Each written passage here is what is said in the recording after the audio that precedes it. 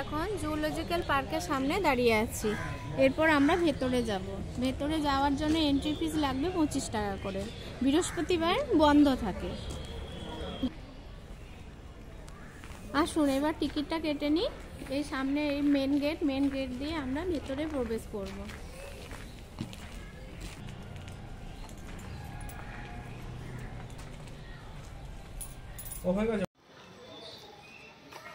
এটি গোলাপবাগের কাছে অবস্থিত। এটি 1978 সালে মৃগ উদ্যান নামে পরিচিত ছিল, পরে এটি অভয়ারণ্যে পরিণত হয়। এখানে পরিচর্যা করা হয় খুব সুন্দরভাবে। দেখি প্রথমে আমাদের কি দেখতে পাওয়া যায়। এই যে প্রথমেই দেখতে পাওয়া যাচ্ছে একটি চিতাবাঘ। চিতাবাঘটি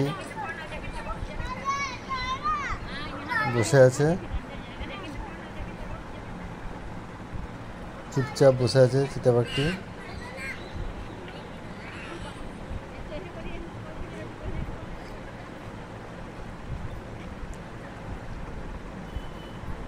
শীতকাল তো, রোদ পড়ানোর জন্য বসে আছে।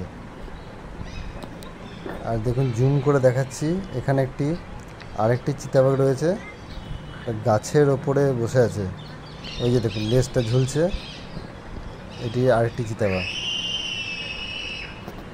চারিদিকে নেট লাগানো আছে বলে দেখতে একটু হয়তো অসুবিধা হচ্ছে। এখানে একটা দেখা যাচ্ছে বড় জলাশয়।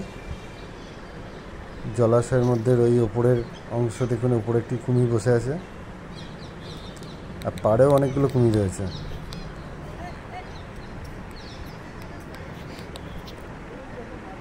সব রোদ পাচ্ছে, শীতের আমেজ।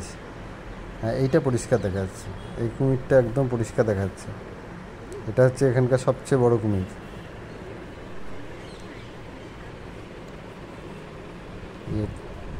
একটি ময়ূর রয়েছে, বসে আছে ময়ূরটি, পেখম তুলে দৌড়াচ্ছে। 2-3টে ময়ূর আছে, এই ময়ূরগুলো খুব সুন্দর দেখতে।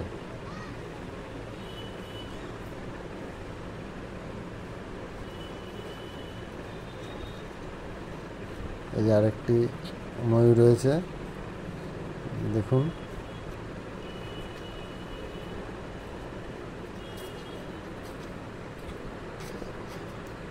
এই ময়ূরটি বসে আছে, লেজটা দেখুন কত বড়। তার পাশেই রয়েছে এমু পাখি।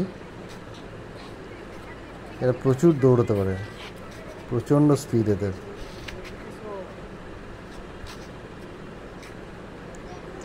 দু চারটে এমু পাখি আছে মনে হচ্ছে। এই যে একটা সামনে রয়েছে।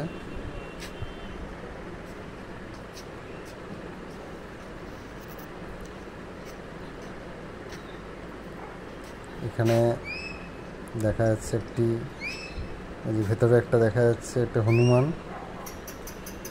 না ভুল বলছি, বাঁদর, লাল বাঁদর। লাল বাঁদর, দূর থেকে তো প্রথমে বুঝতে পারিনি। প্রচুর টিয়া পাখি সারাক্ষণ ডাকছে, খুব সুন্দর। টিয়া পাখিগুলো দেখতে খুব সুন্দর। চন্দনাও আছে।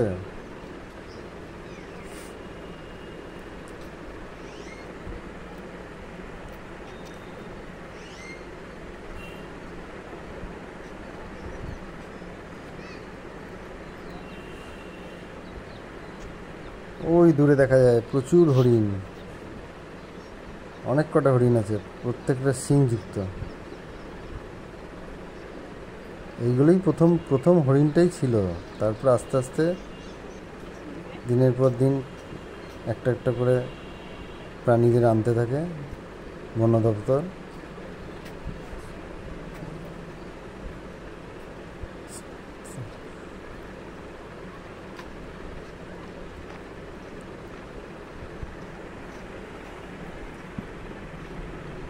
যেখানে একটা জলাশয় রয়েছে, এখানেও নিশ্চয়ই কুমির থাকবে। কুমির এখানে প্রচুর আছে। এই সামনে দেখা যাচ্ছে শিয়াল।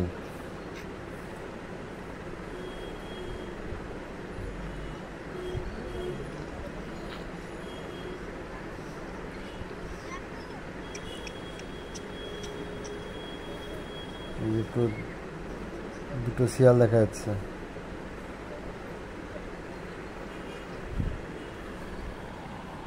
শিয়ালগুলো একটু ছোট শিয়াল।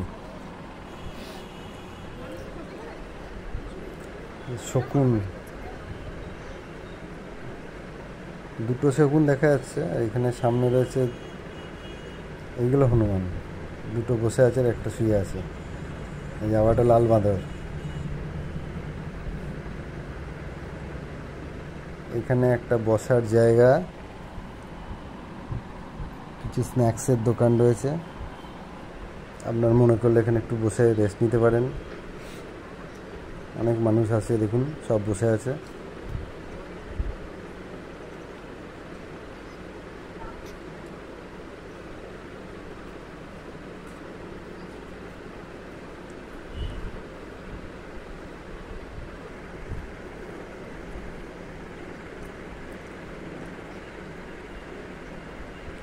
বর্ধমানের এই রমনা বাগান অভয়ারণ্যটা সত্যিই খুব সুন্দর।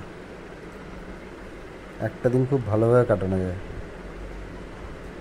রমনা বাগান প্রকৃতি বীক্ষণ কেন্দ্র, দেখি এর ভেতরে কি আছে।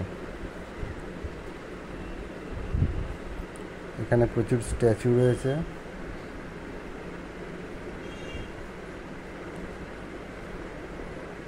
আদিবাসীদের জীবনযাত্রা, বনে আগুন লাগবে, তার যে লাগলে কি করব, তার প্রতিকার কি, সেই সম্বন্ধে বিভিন্ন কিছু লেখা আছে।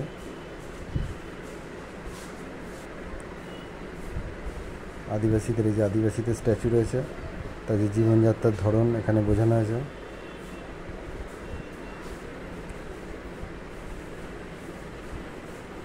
যদি ভিডিওটি ভালো লাগে অবশ্যই শেয়ার করবেন, সাবস্ক্রাইব করতে ভুলবেন না।